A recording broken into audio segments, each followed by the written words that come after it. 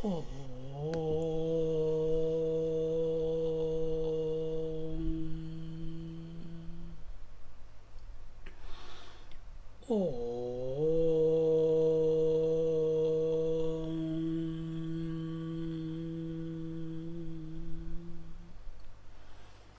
गुरुर्ब्रह्मा गुरुर्विष्णु गुरुर्देवो महेश्वरः गुरु साक्षात् परं ब्रह्म तस्मै श्री गुरवे नमः तस्मै श्री गुरवे नमः तस्मै श्री गुरवे नमः.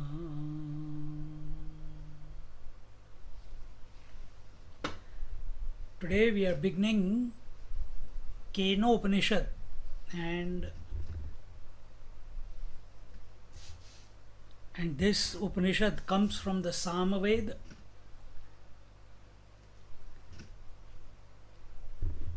and it's one of the most beautiful Upanishads. And in this,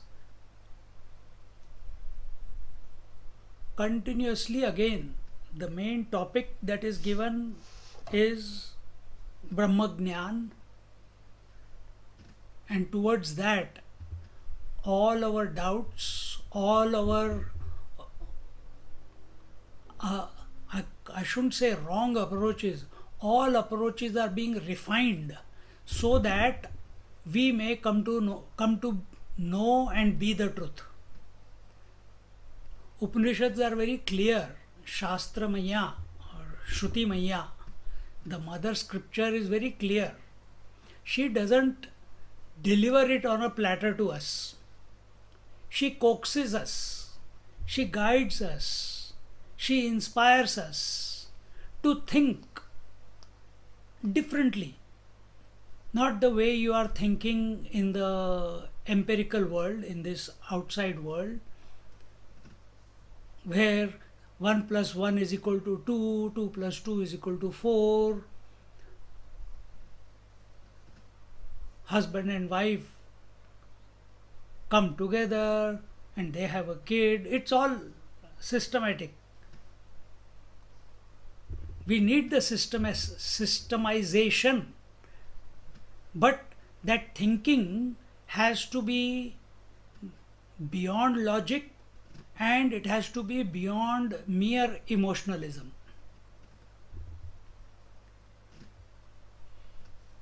Because no amount of thinking, no amount of intellectualization will lead you to the truth which is always present.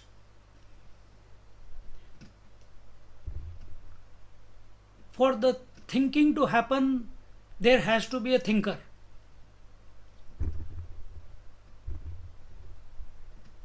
For an action to happen, an actor has to be there, the doer has to be there. For an experience to happen, an experience has to be there. And this is where the Shruti Mata, the scriptures, they bring us to a point wherein we are able to suss out that this knowledge of Brahman or the self that we are seeking is not in the purview of emotions and intellectualization. It is not in the purview of karma. It is not in the purview of knowledge. Then why are we studying it? That is the beauty. That through study, through the approach to the Upanishads and Upanishads alone, we can come to a point where even while reading, even while listening to a teacher, we are able to abide in that truth, in that reality that we already are.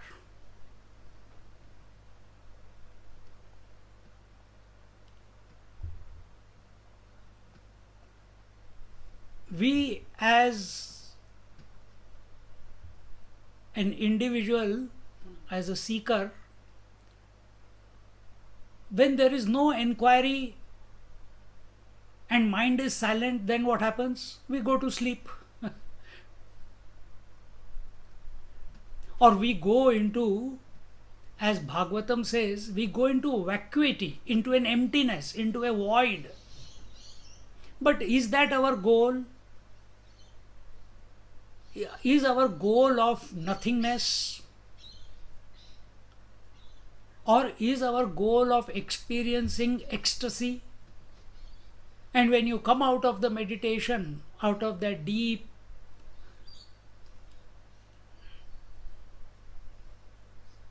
meditation, the world continues to be, the I continues to be.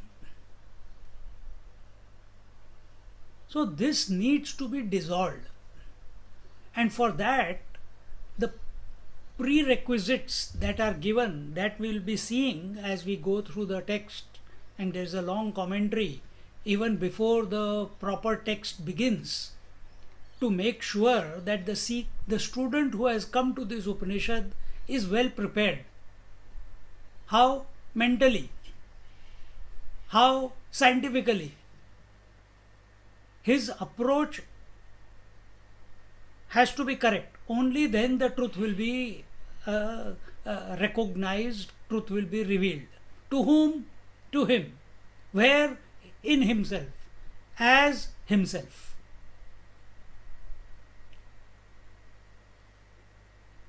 See?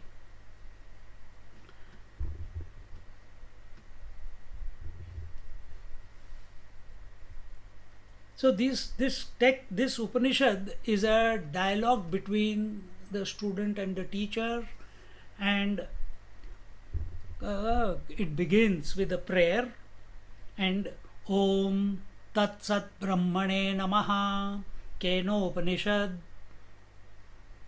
Yene Rita Pravartante Praninas Karmasu Tam Vande Paramatmanam Swatmanam Sarvadehinam Yasya Padanshu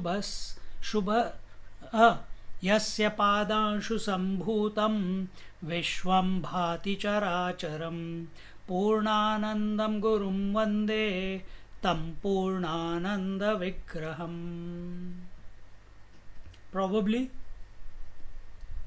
one sage by the name of Purnananda, to whom the one who has written the commentary in Hindi, he is making his prayer. Yena irita pravartante pranina steshu karmasu.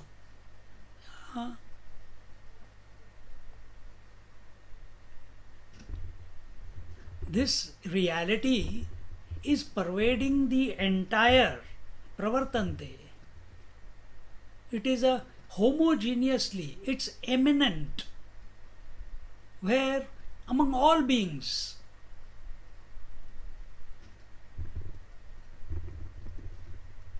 Pranina, and who are these, who is it pervading?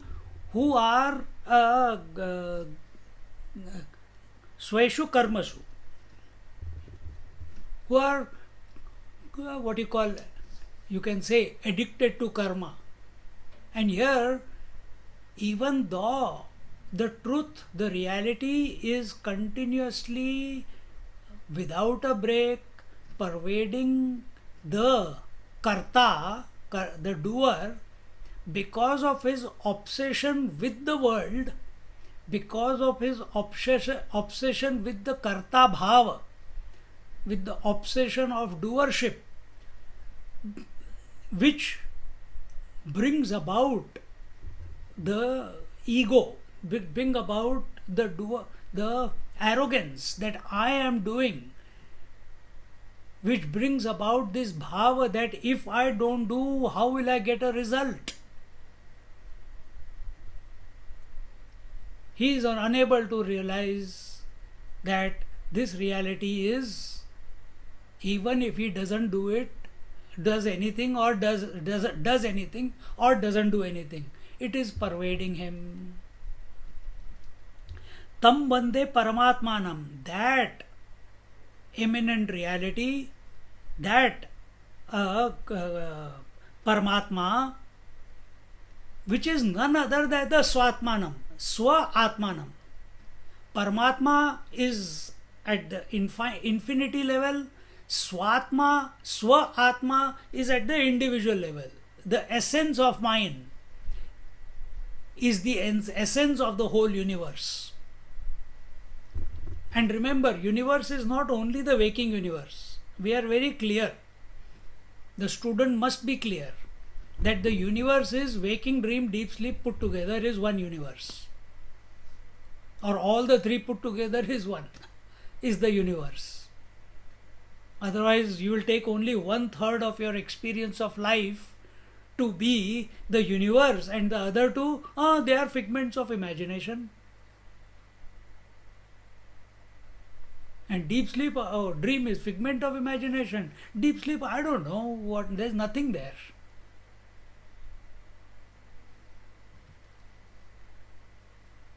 So, Tam Vande, my prostrations, my salutations to that Paramatma, who is none other than the Swatma.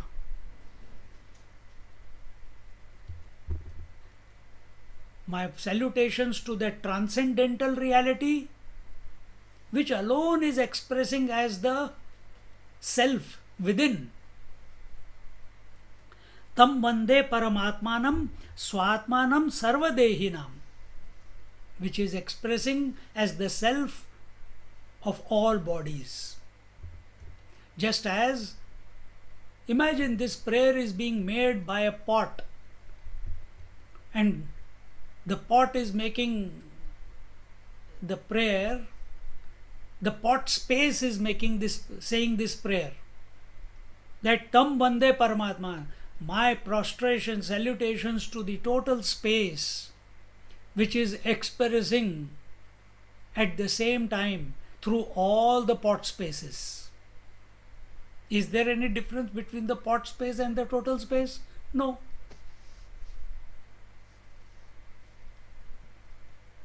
Tam Vande Paramatmanam Swatmanam Sarvadehinam Yasya Padanshu Sambhutam Vishwam Bhati Characharam.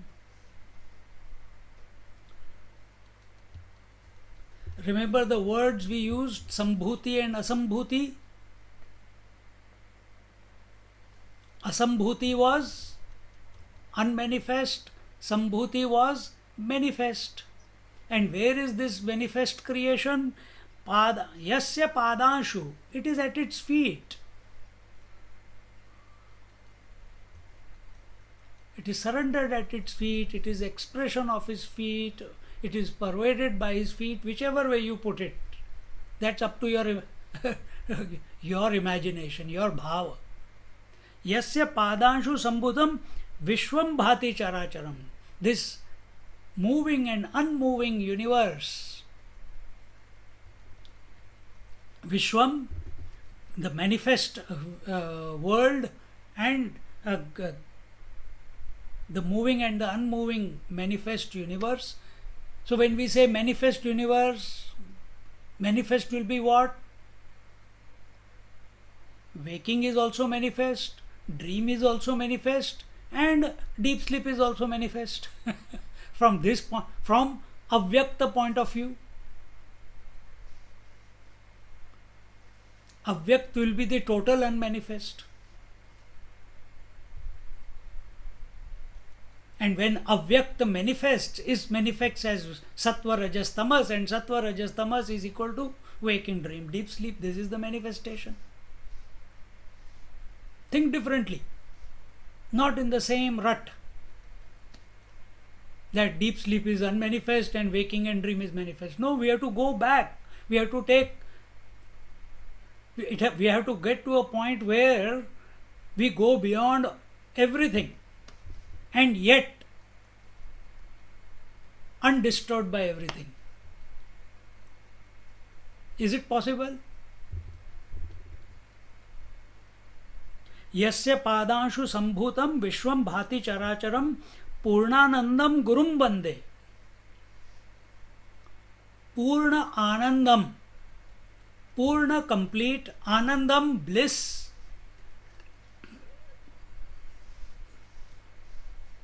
Salutations to that Guru, to my Guru, to the Guru Purnanand, who is bliss incarnate, who is complete bliss, continuous bliss, unbroken bliss. Purna is complete, unbroken, without a break. Salutations to him. Tam Purnananda Vigraham. And that Purnananda is none other than Paramatma. That Paramatmanam which was told about, at whose feet is the entire Vishwa, the entire creation, that Purnanandam, that infinite, that complete, unbroken bliss, infinite bliss, is alone the Vigraha of my Guru. So the student, whoever wrote this for his Guru Maharaj, just like we see in Jnaneshwari, he uses the word Guru Maharaj, Nivritti Natha, who is his elder brother, but his understanding of Nivritti is that infinite dispassion, which is none other than the reality. That infinite indifference, which is full, which is not negative, which is full.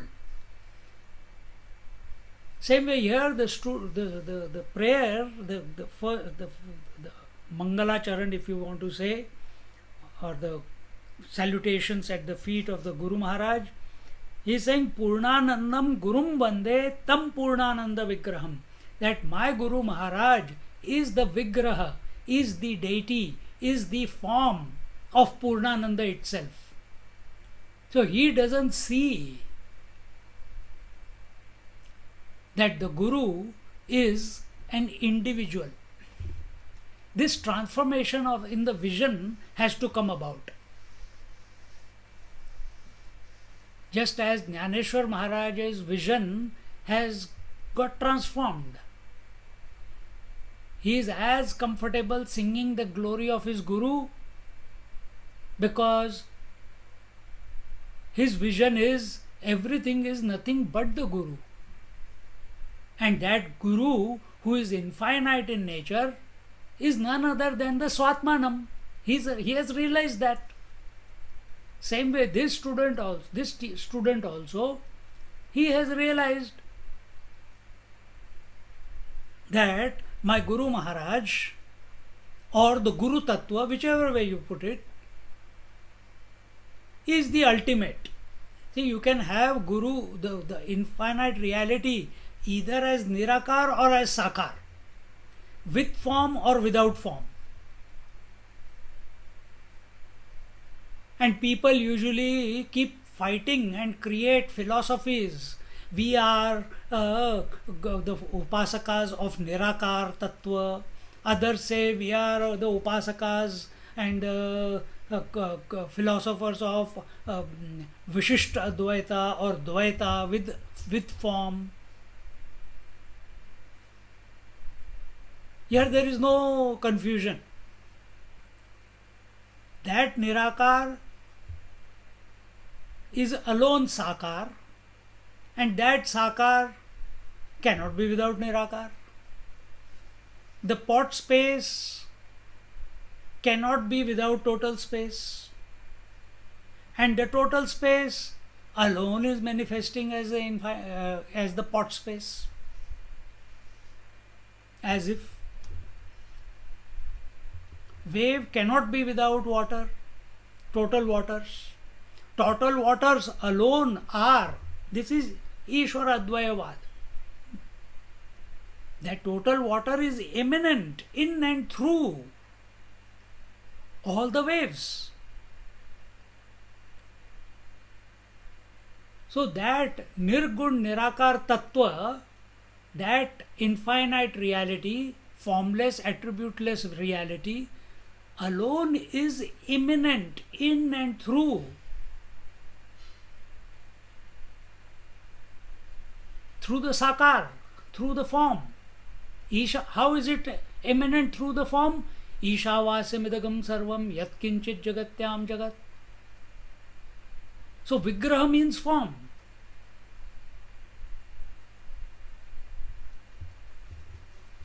See? So this vision has to come about.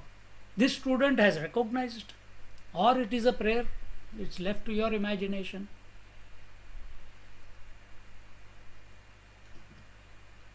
So are we approaching, have we come here thinking about, oh my God, it was a very busy day and I have finished my work, I have had my lunch or dinner, or I haven't had my dinner yet, and now I have to sit for 1.5 hours, and I can't sit for so long because I got this backache and I got this knee ache and I got this hip ache, and oh my God, I came to the, after the class I have to prepare dinner.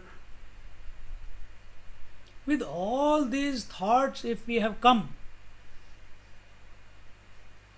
where the obsessive thinking with regards to the world is still there. Obsessive thinking with regards to the possessions, with regards to the relations, with regards to past, with regards to future, with regards to body, with regards to something.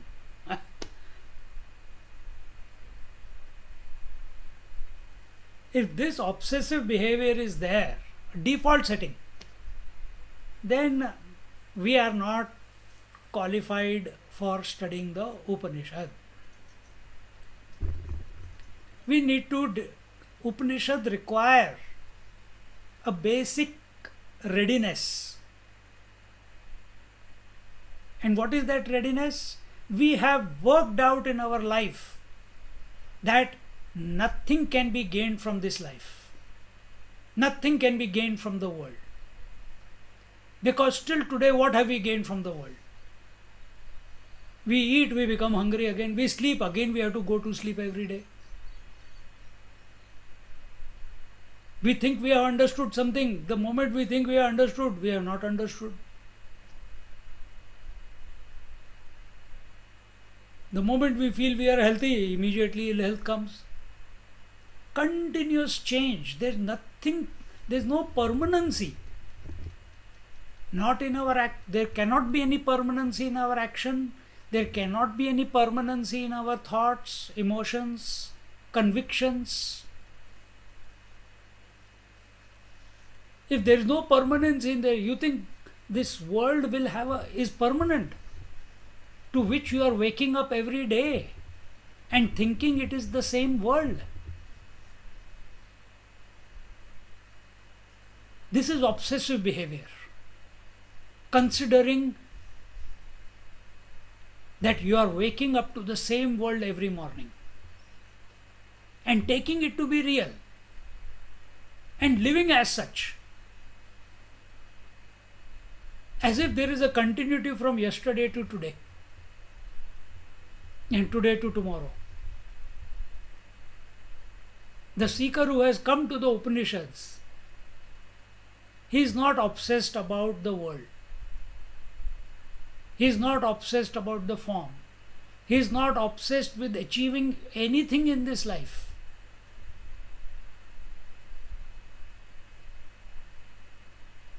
He is committed to the reality as the self, which is none other than Brahman, right here and now. Right here and now. No, this is very interesting what Swamiji said, and we will read it again. Gone.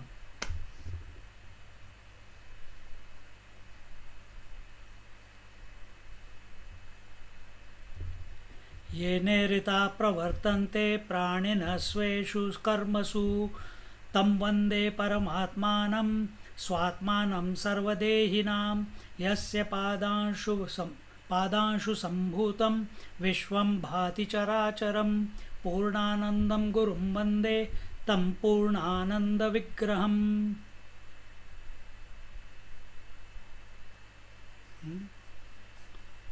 So,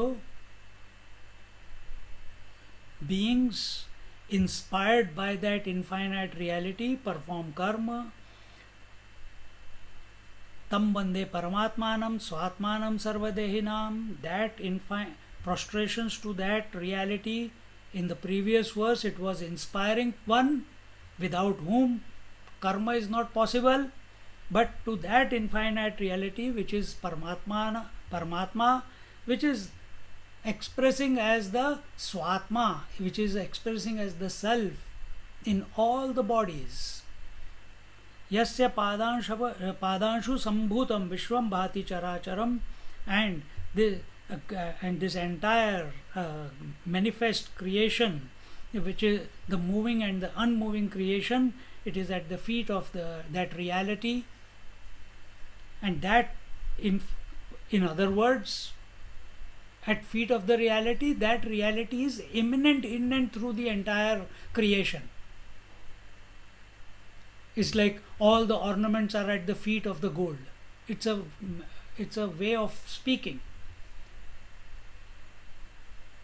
That all the waves are at the feet of the water. Meaning all the waves have got no existence apart from water. Purnanandam Gurum Vande Tam Purnananda Vigraham, and that infinite, complete, blissful reality, who is my prostrations to that Guru Tattva or the Guru Maharaj, who is expressing in that form. So that one reality alone is expressing as the form of my Guru. And in this way, the Upanishad here in this particular the Gita Press book, it begins in this way. Many places they don't take that particular verse.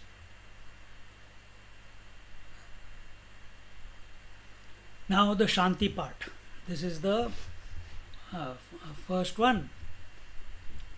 Om Apyayantu mamangani vakprana chakshushrotamayo shrotramatho balamindriyani cha sarvani sarvam brahma upanishadam maham brahma nirakurya mama brahma nirakarod anirakaranam stvanirakaranam me astu tadatmani nirate ye upanishadsu dharmaha te mai santu.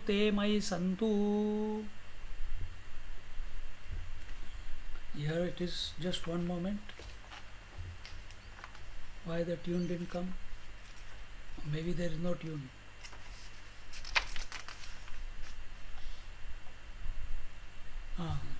It's just what you call, it's not a shloka. So what is said here? The prayer is being made, and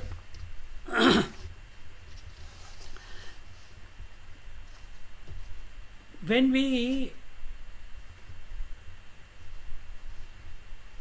our senses, when our mind, in other words, when we are quiet and calm, without any agitation, without any reaction, a reality reveals itself. But see, right now, while we are speaking, you are listening, are we calm within? Are we in poise? Are we at ease? Remember in NCC, Sadhan, Vishram. at ease. In the military they say. Means relax. What is relaxation? They put their arms behind their back and they can relax. Otherwise, attention. Here it is not attention, or it is relaxed attention.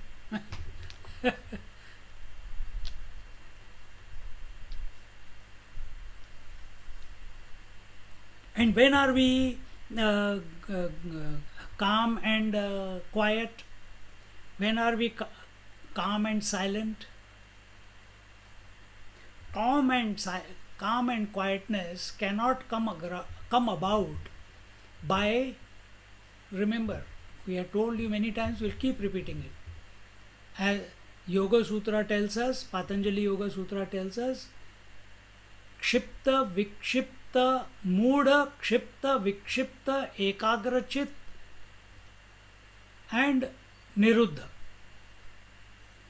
So mood mind, dull mind cannot be calm and quiet. That is inert quietness. Inert quietness means sleep. Inert quietness means meditation. We are not looking at that. Then Kshipta. Kshipta means agitated, restless mind. Can agitated or restless mind be a calm and quiet mind? Not possible. So that mind also is thrown out of the window. Meaning transcended. You have to transcend. Third, Vikshipta. Vikshipta mana is distracted mind. Distracted mind means the one who feels I am very focused, but suddenly there is a scratch and मजा आ रहा है, खुजली करने में मजा आ रहा है. Distracted. For 1.5 hours, this mind is unable to sit quietly. The leg has to move, the hair has to be adjusted, every 10 minutes, 5 minutes, a sip of water has to be taken. We have come to Upanishad. And what is the preparation? A flask of tea or coffee and a cup, one leg on the other, nice sofa, push back, and we are ready for Upanishad. Nobody can see you.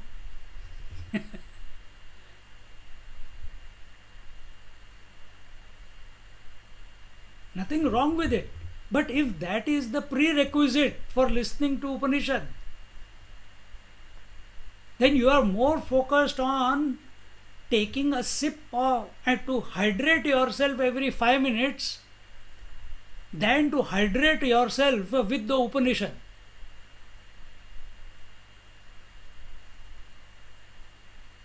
This is distracted mind.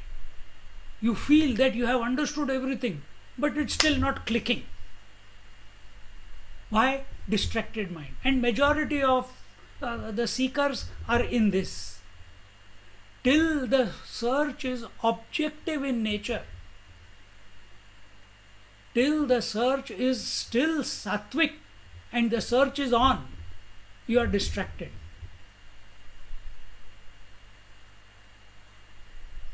See?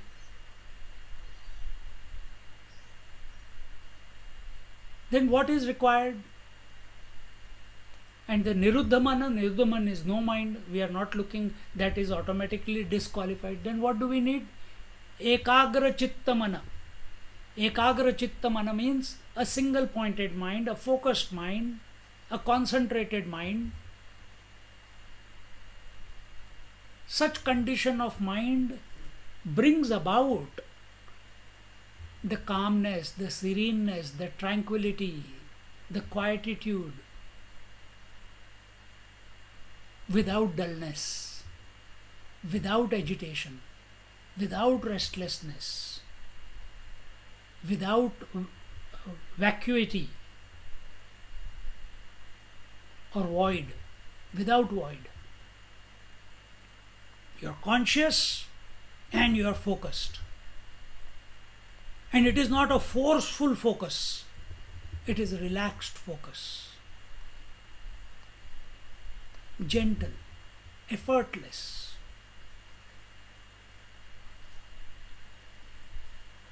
as effortlessly as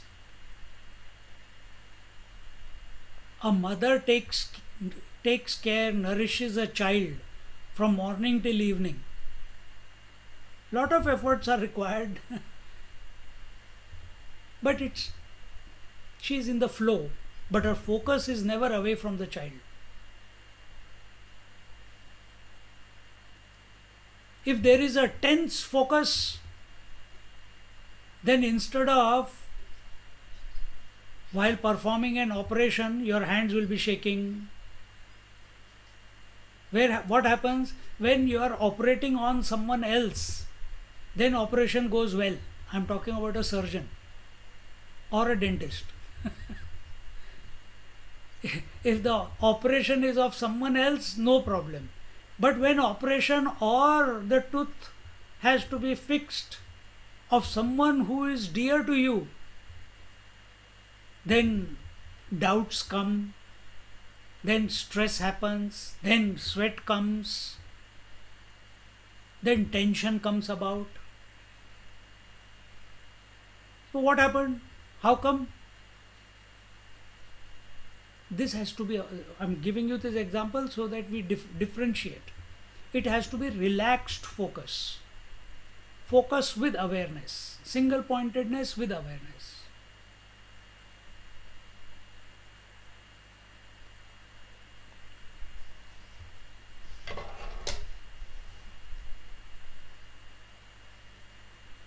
So truth cannot be revealed for a mind. Now assess yourself at this moment. Truth cannot be revealed to a mind which is moodha, dull, which is kshipta, agitated or restless, which is vikshipta, which is distracted, and which is niruddha, which is no mind. Is my mind any of these four categories? I may understand everything about the Upanishad, but I am not qualified for the revelation.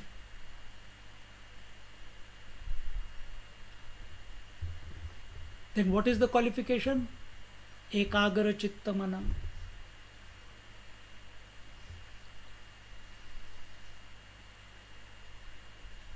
And in this particular Shanti part, the truth is being expounded, and at the same time something is being sought, and at the same time the surrender is being offered at the altar of the infinite. That infinite alone is formless, and it alone is with form. There is no difference. If understanding is complete, then it is not we are not religious. We are spiritual. People say no. Spiritual means we are following the infinite reality. We are a jnani. We are not religious. Religious means what? Those who are after idols and this and that. After puja, in Havan home. We are not after that. But we have to recognize that this entire creation is nothing but His manifestation, His Vigraha. Whose Vigraha? Purnananda Vigraha. Purnananda Vigraham. So here he says, Om Apyayantu mamangani Vakpranaschakshu Shrotramato Balamindriyani cha Sarvani. So Om, the Upanishad begins with Om. Everything is Om. The reality is Om. Om alone can take you to the reality, and Om alone has manifested as this manifest creation.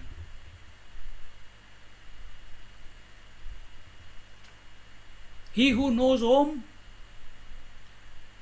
to him the reality is revealed.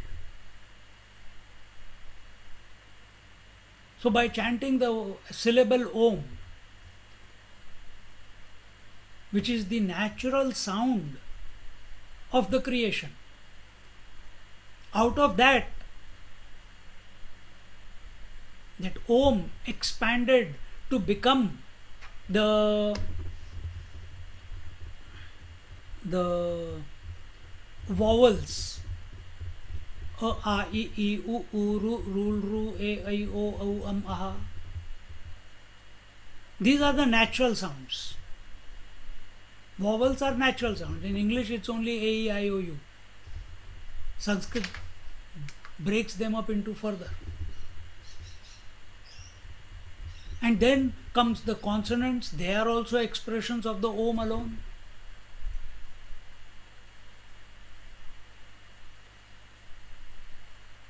And all consonants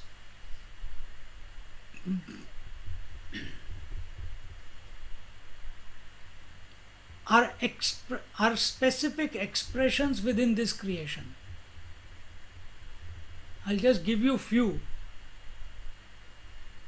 Like the sound, the entire Varnamala in Sanskrit begins from the base of your throat and ends at the lips and goes beyond the lips. So at the gutturals you have a, I, u, sorry, ka, kha, ga, gha, nga. Ka means kala, kha means space, ga means gati.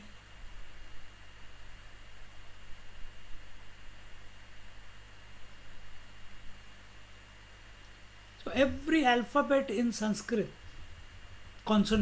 every consonant in Sanskrit is representative of some aspect of the creation. And it can exist only when it combines with the vowels, not otherwise. Then vowels and consonants combine together to form words. Usha, Ravi, Narayana, Ganesha, Shiva, Om Namah Shivaya, Om Shri Namo Bhagavate Vasudevaya, Om Skandaya Namaha. They form words. Words come together to form mantras or shlokas or paragraphs or sentences and sentences come together to form paragraphs. And what are all these expressions of? Of the same Om. But are we seeing when we are saying Om apyayantu mamangani vak pranaschakshu shrotra mato balam indriyani cha sarvani? Are we aware that this is an expression of Om? Or we are lost at, oh, what does apyayantu mean? Oh, mama angani. Angani, Vak, oh I know what is Vak. Vak means speech. Oh Pran, Pran I know. Pran means the breath. Chakshu, Chakshu also I know. It means the eyes. Oh Shrotra, my God, I know Sanskrit now. Shrotra means the ears. So here in this invocation mantra, in the Shanti part, it requires, see, when we are doing in the empirical world, when we are doing experiments, scientific experiments, so you need to create what you call NaCl, sodium chloride. You need two things to put together. Merely theory is not enough. When we used to study chemistry, first there used to be a class and every week there used to be a practical. So whatever formulas we have learned and the elements whatever was there, what happens? Oh, this combines with this, theory is okay, but we have to see. Our eyes should be able to see that what happens when sodium mixes with chloride or mercury is it cannot keep a form, and you can keep imagine. But when we went to the lab, the mercury was given to us and we were playing with it.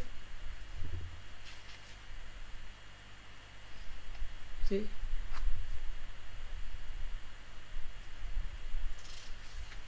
So there you first we got the data and then we had a practical experience of it. For some, data was collected how? Intellectually, by through the books. In practical, what was employed? The eyes were employed. Could a blind person perform those chemical mixtures?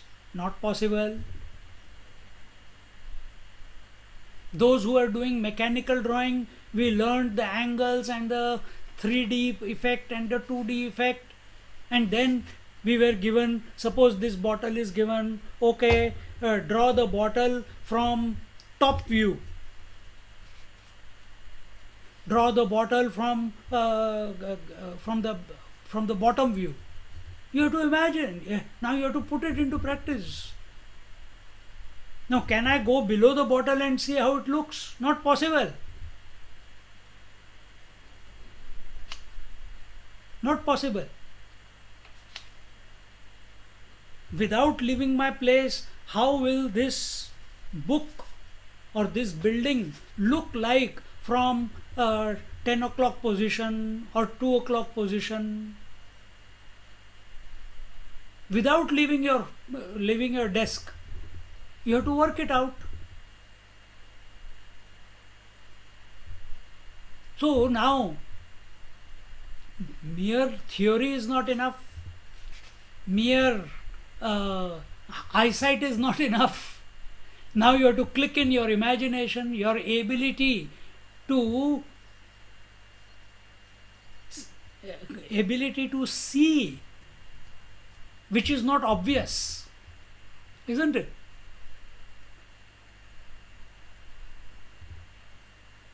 So that faculty has to be developed. For that, we need to get out of the rut in which we are at this moment. Our eyes function only in a certain bandwidth. Our ears function only in a certain bandwidth. Our taste functions only in a certain bandwidth. And so also our senses. And if we want to go beyond, our emotions and our convictions are also in a certain bandwidth. We have to break through all those. For that, you need focus. For that, you need single pointed concentration. Relaxed. On what? On what? Here the topic is Brahma Vidya. Here the topic is self, the Paramatma. And how do you reach there? Om.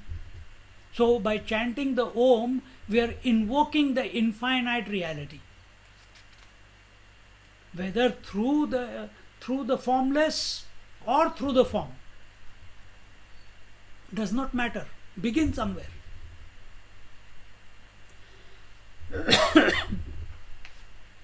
When we consider ourselves to be the form, that I am an individual, I have this form, I was born, then to think of the formless is waste of time. Then think about the form. Get your mind focused. But a person who is naturally dispassionate towards this body, has vairagya towards the needs of the body, has vairagya towards hunger, thirst, is towards waking, dream or sleep, is only obsessed with knowing the reality and in that poise, then such a person, such a seeker can think of the Nirakar. So don't just imagine that I am going to think of Nirakar. And what are you? Pain here, pain there, pain everywhere. If that is, can't live without food. Oh, I have to eat 10 times a day because I am diabetic. And you want to study Upanishad. And you want to think of Nirakar. Forget it.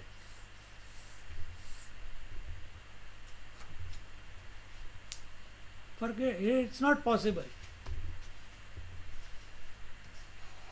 Because your most of the time is going on to maintaining the body. That means identification with the body. Go out on a limb, drop everything, then it is possible to think of Nirakar. Otherwise, hold on, take some Vigraha, Purnananda Vigraham. Understand, this Vigraha is not, is, this form is, this statue is, this photograph is, this Lord is. That existence which is alone expressing through that Vigraha alone. Then you will not be obsessed merely with the form. It's a slow process, but it's okay. As long as we think we are the body, we need some form in order to focus.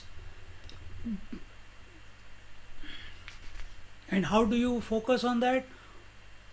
Either you just chant Om or Om Namah Shivaya. You take the form of the Shiva. Om Namo Narayanaya. Remember in Ishavasya Upanishad it came? Ishavasya Upanishad? No. 17th chapter of Bhagavad Gita. Om Tat Sat. Remember? Before the action, chant Om. During the action, Tat. After the action, Sat.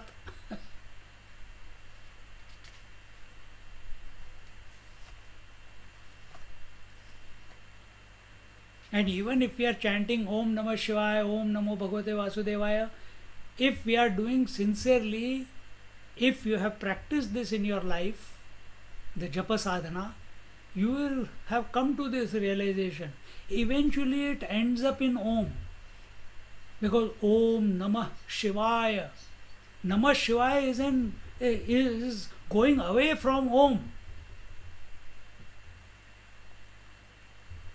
If our attention is on the essence, even through that mantra, you will be dispassionate towards Shivaya, you will be dispassionate towards, you will have vairagya towards Nama also. And eventually you will have vairagya with the word Om also. Then that Om will go from Vaikari to Madhyama to Pashyanti to Para and beyond. Understand the journey.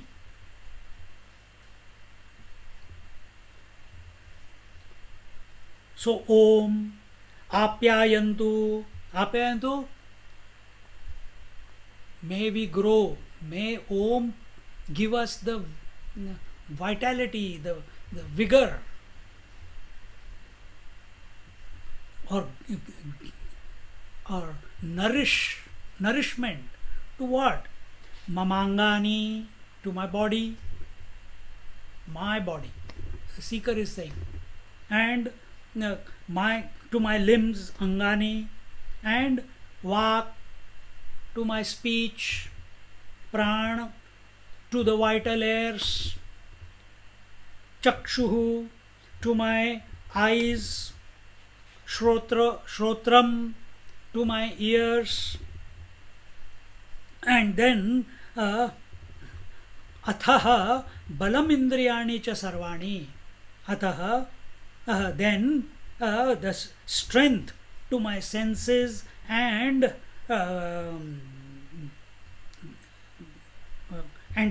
all, and to all.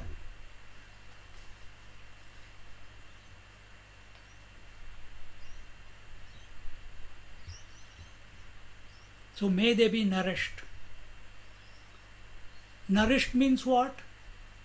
That in the satsang, what are you doing right now? I'm saying you. You are listening. What am I doing? Speaking. So if you are listening, while listening, what can happen? Sleep. While speaking, what can happen? Also sleep. I've seen. Don't, please. No.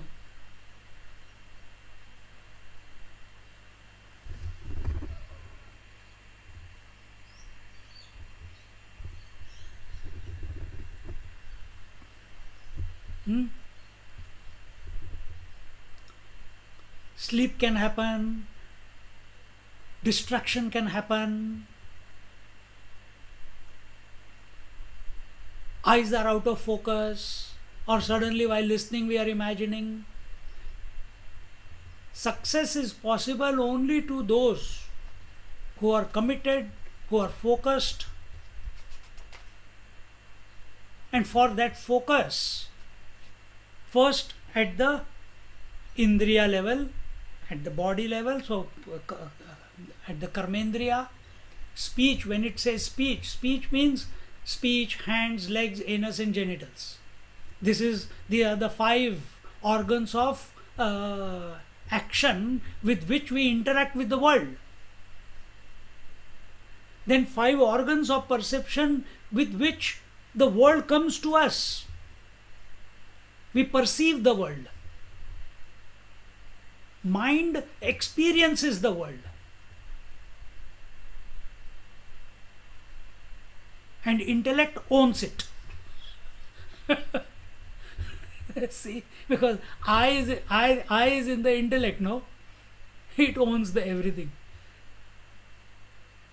So here, so let the instruments with which I interact, function in this world, may they be nourished, rusht pusht ho. Let them be strong, balam. Not to destroy the world, no. Not to own the world, no. Not to show the world down, no. Then what for?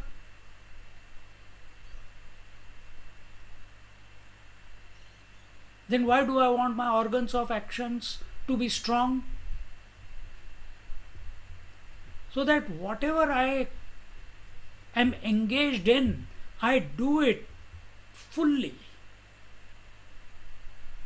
I take it to its natural conclusion. I am not a Prarambashur. Prarambashur who begins some project and never finishes it.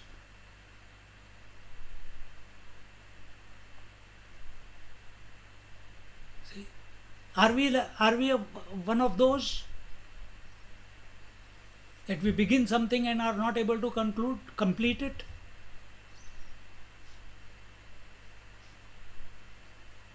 See?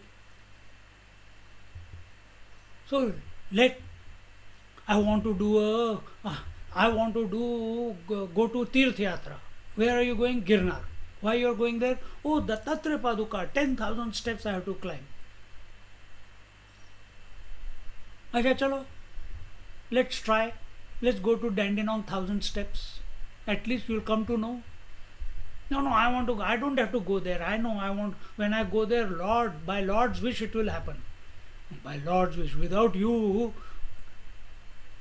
becoming able, we want to say by Lord's wish it will happen.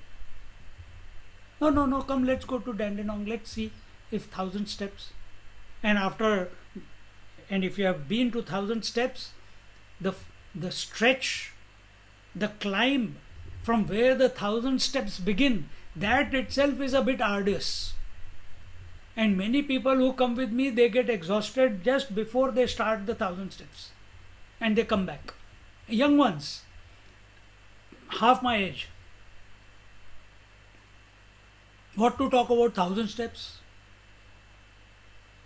So where is the strength? But you keep practicing, few weeks, then you are able to go 2 times up and down, 3 times up and down. But नहीं, प्रभु की इच्छा हो जाएगा, he will take care of us. That is wishful thinking. Here we are not talking about wishful thinking. The capacity to sit with focus at the body level, you are sitting in one place, undisturbed, unshaking, unperturbed. Senses are focused, ears are in focus, eyes are in focus. You are hanging on to the every word that you are hearing or speaking. That is focus. And when you are in focus, you don't know how the time passes. Before you know, 2-3 hours have gone.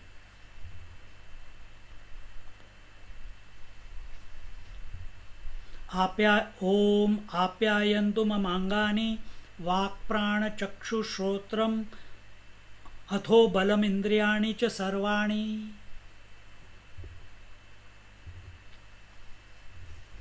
So when Om nourishes it,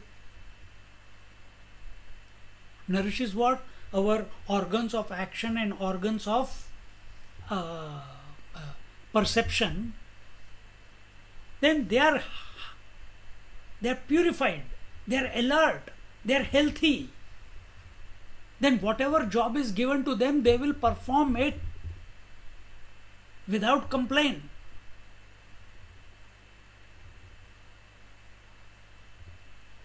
Otherwise, eyes are continuously distracted, ears are continuously distracted.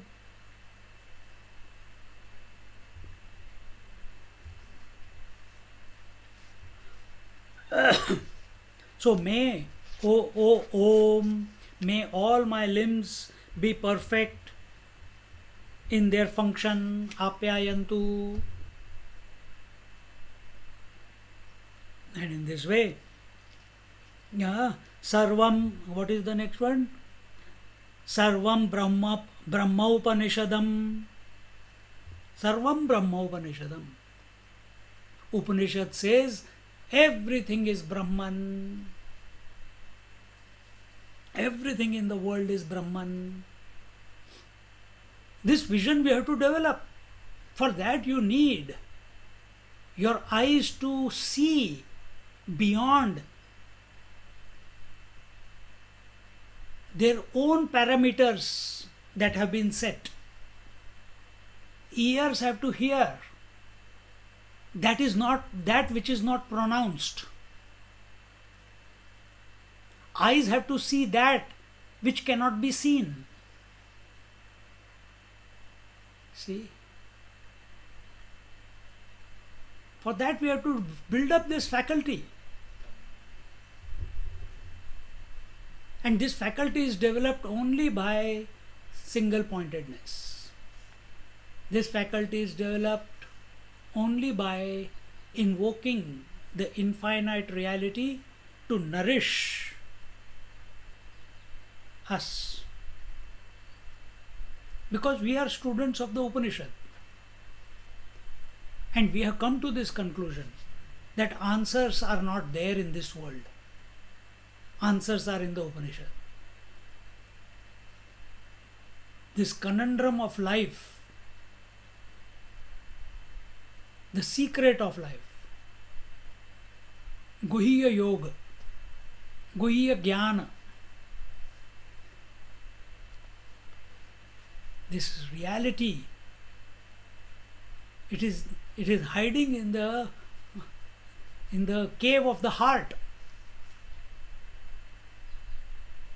That heart has to be opened up. Right now it is covered. Just like cataract covers our vision, and then what do? You get the cataract out, vision is okay. Same way, whatever convictions, whatever emotions, whatever past, whatever future, whatever is limiting us, conditioning us, and establishing this individuality has to be melted away systematically. And for that, when I'm approaching the Upanishads, I'm not approaching merely with eyes, I'm approaching it with my mind and intellect also. And naturally, it is my observation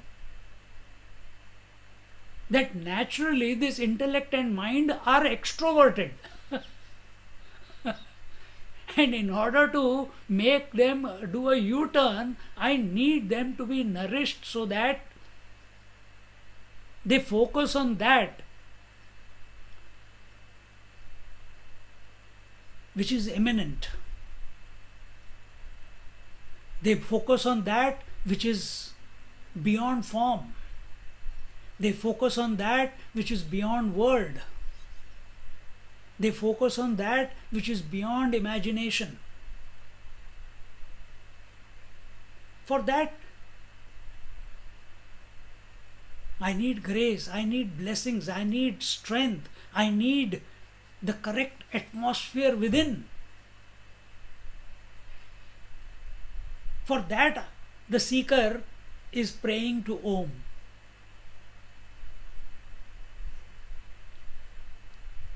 Sarvam Brahma Upanishadam. Everything, the entire creation, the entire world is nothing but Brahman.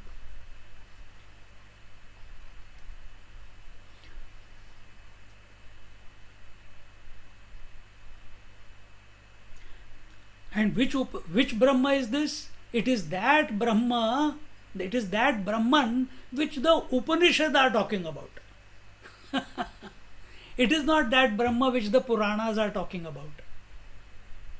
It is that Brahman, Brahma or Brahman, which the Upanishad. So the word here used is Sarvam Brahma Upanishadam. The Brahman as talked of by the Upanishads. Maham Brahma Nirakuryad, Mama Brahma Nirakarod. Then what does it say? May I not forget that Brahman which the Upanishads are talking about, which is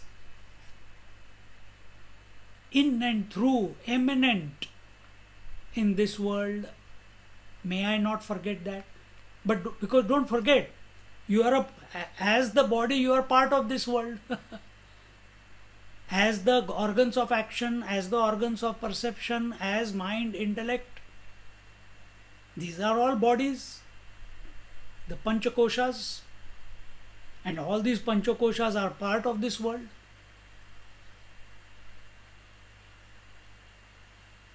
So may I not, as a seeker, may I not forget this Brahman which the Upanishads are talking about.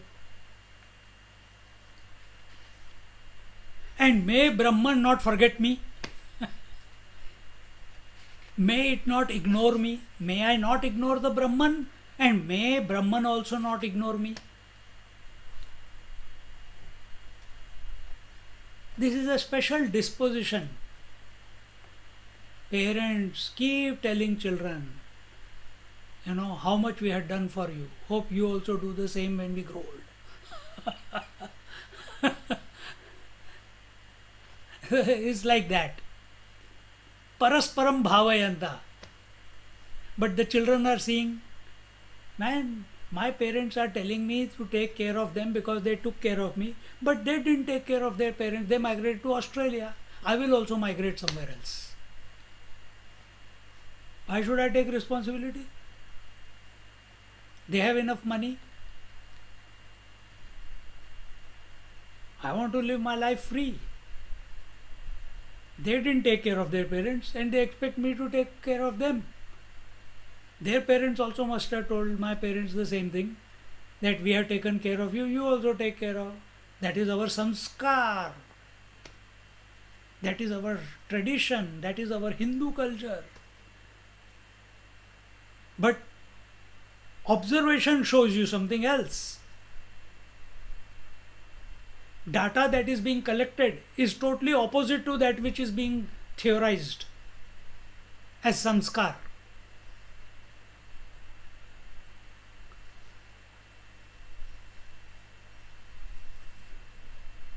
mother tells, don't, you should not steal. But she goes to the vegetable shop and 5 potatoes, she puts 1 extra in the bag. 10 chilies, she puts 2 extra in the bag. And the child is saying, Mom says, do not cheat, do not steal. And everywhere she goes, she is picking up something. Words and actions are not corresponding.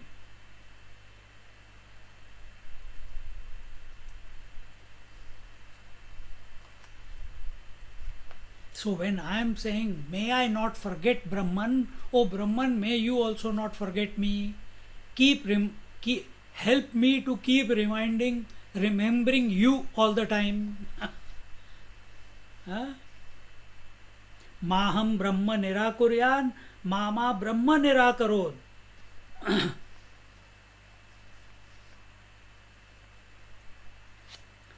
May I never face away from the Brahman. What is that? Anirakaranam astva nirakaranam me astu. May I not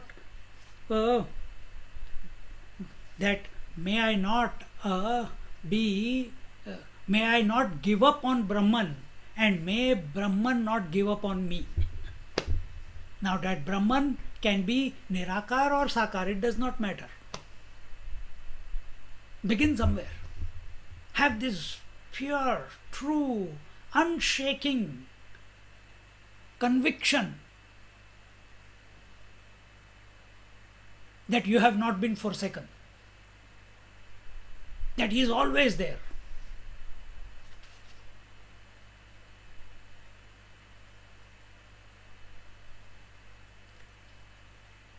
Bhagavan says no in Bhagavad Gita, you exclusively think about me and I'll take care of yoga kshemam bahamyam. I'll take care of whatever is required and whatever is needed by you.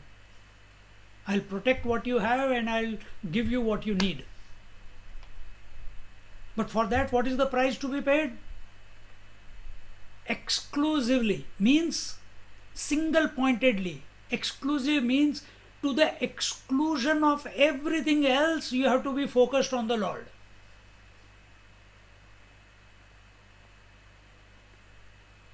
To the exclusion of all attractions, distractions, obsessions, default settings, past, future, relations, possessions, likes, dislikes, hunger, thirst, etc., etc. You are not distracted by any one of these. You are focused on the infinite. You are focused on Brahman.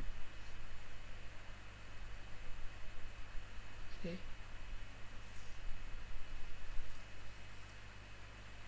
As a beginner, you can do this same exercise by thinking about space, because space is pervading everything.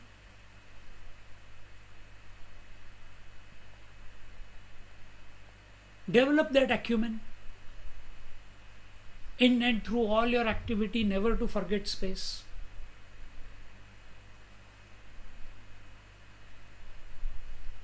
So, may I not give up on Brahman and may Brahman not give up on me.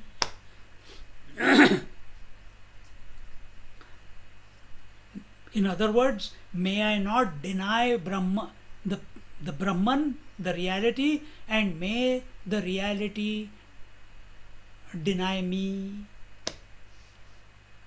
Many times in life, we are living in denial.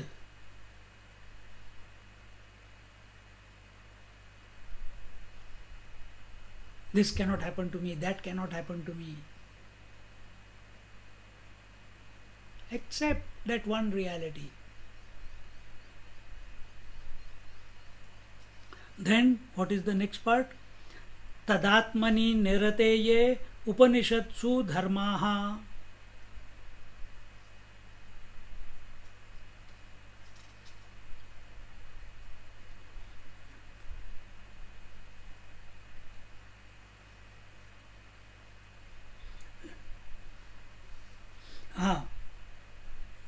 What does it say?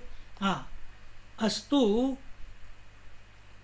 अस्तु तदात्मनि निरते ये उपनिषत्सु धर्माः ते मयि सन्तु ते मयि सन्तु.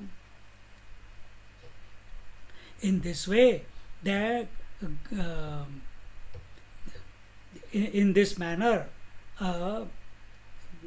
may we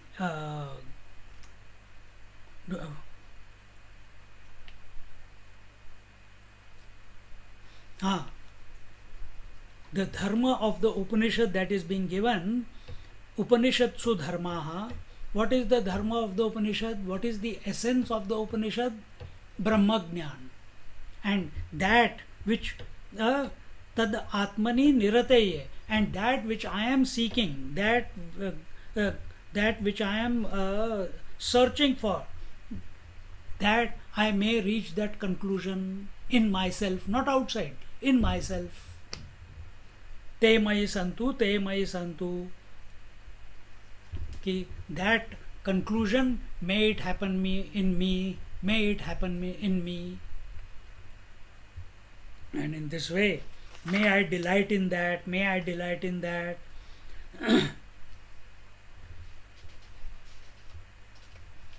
And in the end, Om Shanti Shanti Shanti.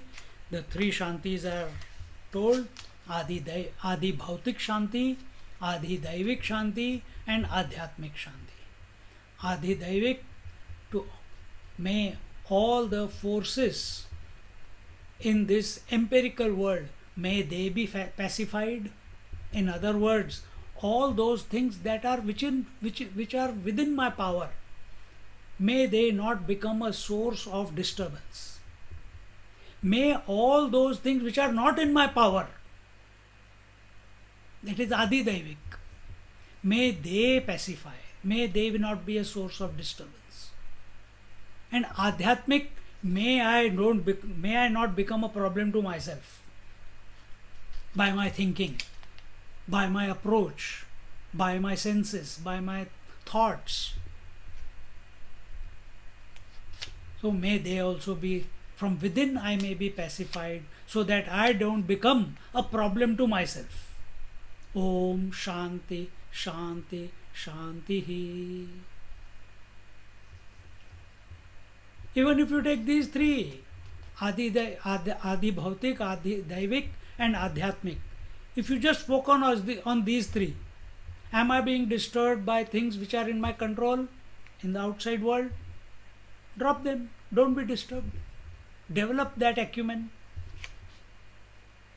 Am I getting disturbed by those things which are out of my control?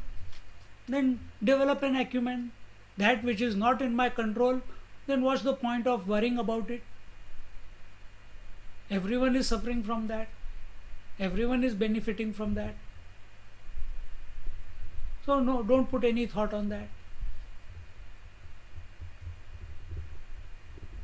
Is my self-talk, is my yama niyama within? Niyama is within, yama is outside, and niyama is within.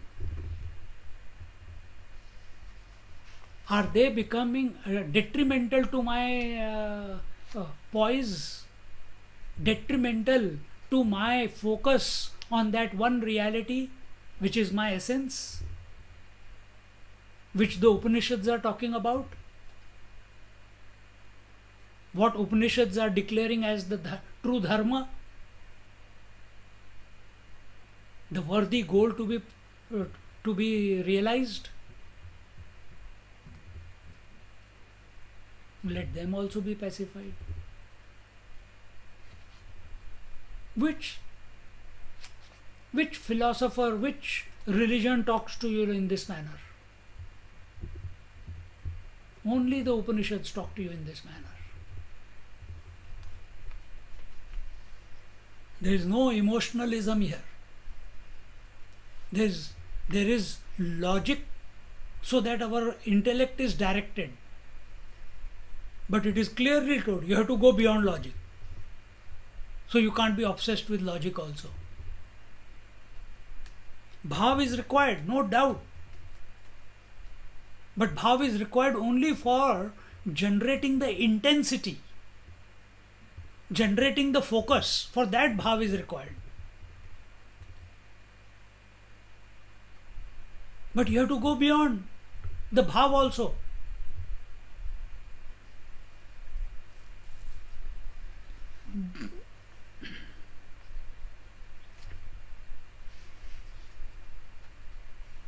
So in this manner, Om apyayantu mamangani vakpranashchakshushotramatho balamindriyani cha sarvani sarvam brahma upanishadam maham brahma nirakuryat mama brahma nirakarod anirakaranamastva nirakaranam me astu tadatmani nirateye upanishatsu dharmaste mayi santu te mayi santu. Om Shanti Shanti Shanti. Harihi Om Shri Gurubhyo Namaha. Harihi Om. Purnamada Purnamidam Purnat Purnamudachyate Purnasya Purnamadaya Purnamevavashishyate. Om Shanti Shanti Shanti. Harihi Om Shri Gurubhyo Namaha. Harihi Om.